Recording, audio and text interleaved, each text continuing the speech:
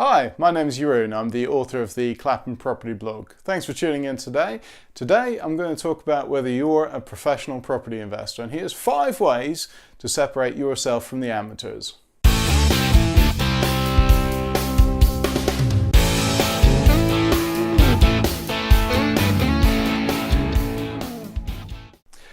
So here's the first thing that I look at to see whether someone's a true property professional or not. It's cost. Are you obsessed with cutting cost, and are you absolutely taking everything off the bottom line? Well, that makes you an amateur, because in this day and age of design, and design being key with adding value, I think you should be spending more money in the right places to become a true property professional.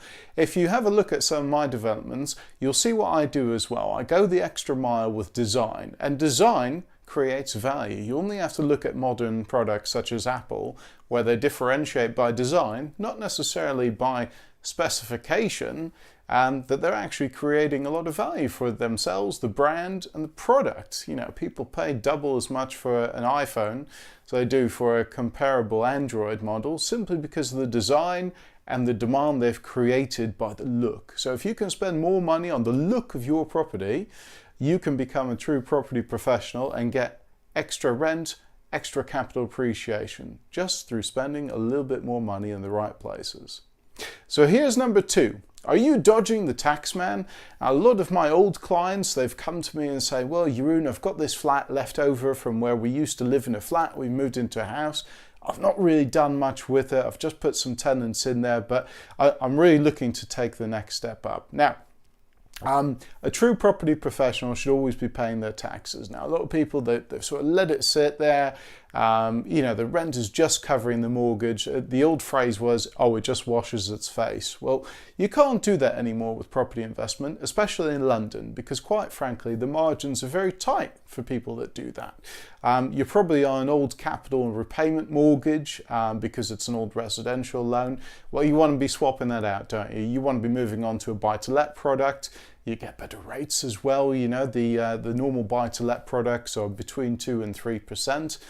For your standard Victorian property, and I'd imagine that would save you a lot in monthly costs, for one, because you're not doing any repayments, and secondly, you'll probably be able to borrow a little bit more and use that to reinvest. The last point with that one is obviously that the government is going digital, so if your tax records don't add up with your lifestyle, you can expect a knock from Mr. Taxman. So we don't want that. So up your game, become a professional, declare your taxes, and also take advantage of the new lending products out there. For number 4, we mentioned number 3, that was the mortgage product, of course. 4, are you failing to inspect your properties? That's the thing in London. I find a lot of people, they go for a let-only service from their agents because they think, oh, I'm only local. Well, I live in London as well, and I live an hour away from our properties. I certainly have to schedule in a set day in every quarter to go and visit my properties to make sure that they're treated well by the tenants. All these problems, such as tenants not ventilating the property well, not cleaning it well, not opening the curtains, that's a key one really, and just letting some airflow. All those little things make a massive difference over the course of a year. So if you're not inspecting your properties, or if you're not paying your agents to inspect your properties for you and getting a quarterly report, then you're certainly missing a trick, because what that'll mean is that you will have a lot more maintenance and expenditure at the year end. And if you're the kind of person who puts things off, you'll find that when it comes to reletting the property, it'll be more difficult to relet as well, because the condition deteriorates. Right, so my 5th point for today is timing. Are you leaving everything till the last minute?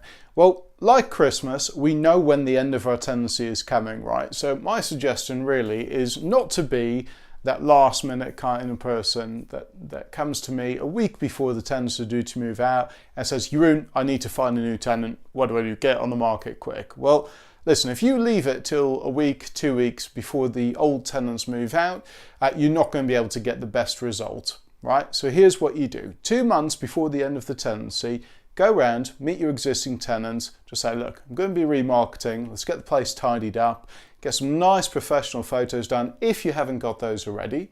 Naturally, you'll need to tell them to tidy up anyway for viewings because, let's face it, presentation sells. Right, get the property back in order. If it does need a few touch-ups, now's the time to do it before people start coming to view. Now, why that 2-month window? Well, you don't want to be that kind of landlord that leaves it till the very last minute to put their property on.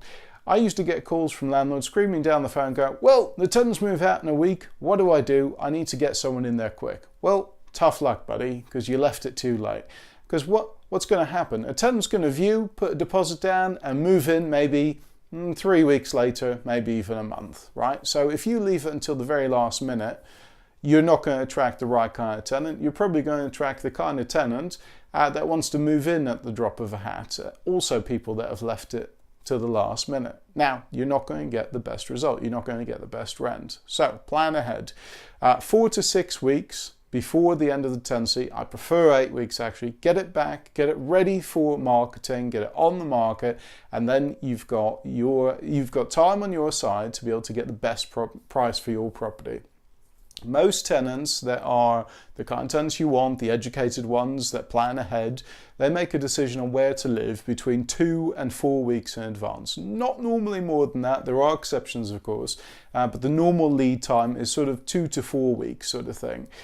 So that's the 2 to 4 week window whereby they have a look around, look at the property, have a think about it, and then finally put a deposit down and then move in 2 to 4 weeks later. So if you do leave it till the very last minute, you're eliminating that chance of reletting without a void period. So obviously you want rent continuously from the day that the old tenants move out to the day that new tenants move in.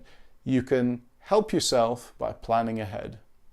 So, hope that's useful. That was 5 tips on how to improve and be a professional investor.